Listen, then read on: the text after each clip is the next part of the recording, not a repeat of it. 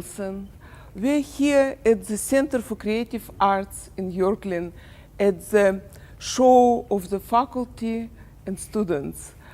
I'm teaching here, teaching portrait and figure drawing. Teaching of the art is a big part of my work, and I think it's very important to teach art and have art in everybody's life. On May 2nd, my show Continuum opens at the Mezzanine Gallery of Delaware Division of the Arts. The show is dedicated to women.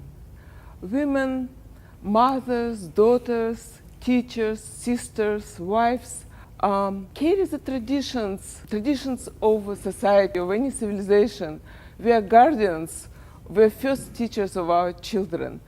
So the whole show is dedicated to women, images of women in pastel, oil, lithograph, in sculpture, in bronze and stone will be at the show.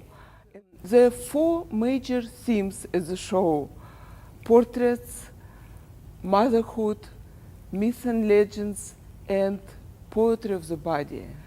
I feel that it's very important to portray the nude tastefully, poetically, lyrically, and truthfully, to show the body naturally, the way the gravity affects it, the way how the elbow will bend backwards when the pressure put on it, the way how stomach will sag a little bit to the side when reclining person lying on its side.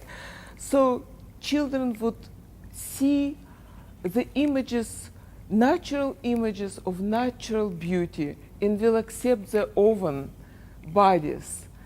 I feel that is very important work for an artist. Thank you, and I hope to see you at my show on May 2nd, 5 till 8, at the Mezzanine Gallery on French Street.